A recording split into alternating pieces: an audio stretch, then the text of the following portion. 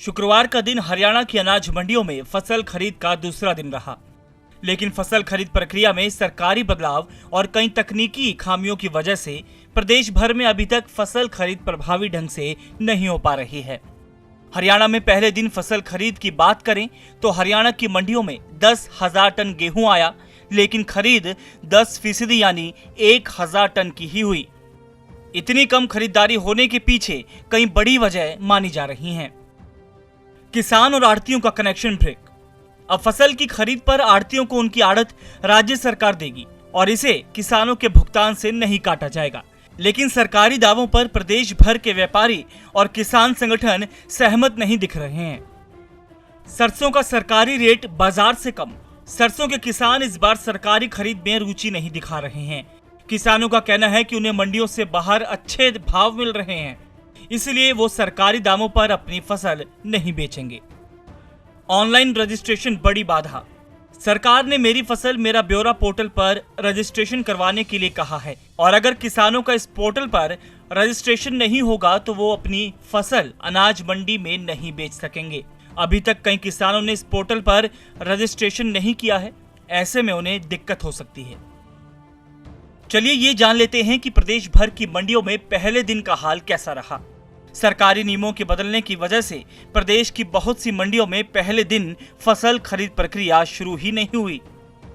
गोहाना के व्यापारियों का कहना था कि गेहूं की फसल की खरीद पहले दिन से शुरू नहीं हुई है, क्योंकि मार्केट कमेटी प्रशासन ने अभी तक खरीद करने के लिए कोई जानकारी नहीं दी है। ये भी जानकारी मुहैया नहीं करवाई गई कि किस तरीके से खरीद होनी है। ऐसा है जी, जैसे गेहूँ किसान का कट गया और वो मंडी में लाना चाहता है तो बगैर मैसेज के वो ला सकता है कि नहीं ला सकता है, ये भी नहीं पता हमें। हमारे को सरकार क्या अभी तक मंडी जो प्रशासन है, मार्केट सचिव हैं, क्या आपसे मीटिंग हुई है उनकी? क्या किस तरीके से अब की बार जो किसानों की खरीद है वो होनी है? हमारे से कोई अभी तक कोई मीटिंग ही नहीं हुई, ना बुलाए और ना मीटिंग हुई। नूंह जिले में सरसों की फसल के भाव सरकारी खरीद से ज्यादा होने की वजह से सरकारी खरीद के पहले दिन यानी 1 अप्रैल को अनाज मंडियों में खास रौनक देखने को नहीं मिली। हालांकि कुछ किसान अपने ट्रैक्टर ट्रॉली में गेहूं की फसल को लेकर जिला मुख्यालय की अनाज मंडी में जरूर पहुंचे, लेकिन ये पिछले सालों के मुताबिक बहुत कम है। जिम्मेदार कहता हूँ, आज मंडी में आकर देखा रुक मंडी का क्या रुख है। मंडी में जैसे कुछ रौनक होनी चाहिए उस हिसाब से रौनक लगी नहीं। अब रेट बता रहे हैं 1975 का गेहूं का, अब 1975 में जिम्मेदार क्या करेगा। चरखी दादरी में ना सरकारी खरीद शुरू हो पाई और न ही किसान अपनी फसल लेकर मंडी पहुंचे। सरकारी रेट से ज्यादा भाव मिलने के कारण किसान मंडी से बाहर ही अपनी सरसों की फसल बेच रहे हैं।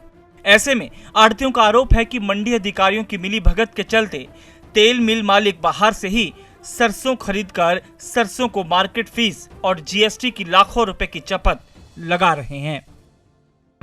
मिल मालिक और मार्केट कमेटी और प्रशासन मिलकर बाहरी टैक्स की, मार्केट फीस की, जीएसटी की चोरी कर रहे हैं। सीधे मिलों में ट्रैक्टर जा रहे हैं, व्यापारियों के लिए जमींदारों को भाव नहीं मिल रहा और व्यापारियों को उच्च रेट मिल रहे हैं। खुली लूट में चारा किया। अधिकारियों से शिकायत करते हैं, बोलते हमारे पास स्टाफ नहीं है, ऑक्शन रिकॉर्डर नहीं है, इतने हमें इन 4 आदमियों की कमी है। सभी मिलों में खुली लूट रहे। हमने सब वीडियो बनाए, हम जांच करके शिकायत करते तो भी कोई कार्रवाई नहीं हो रही।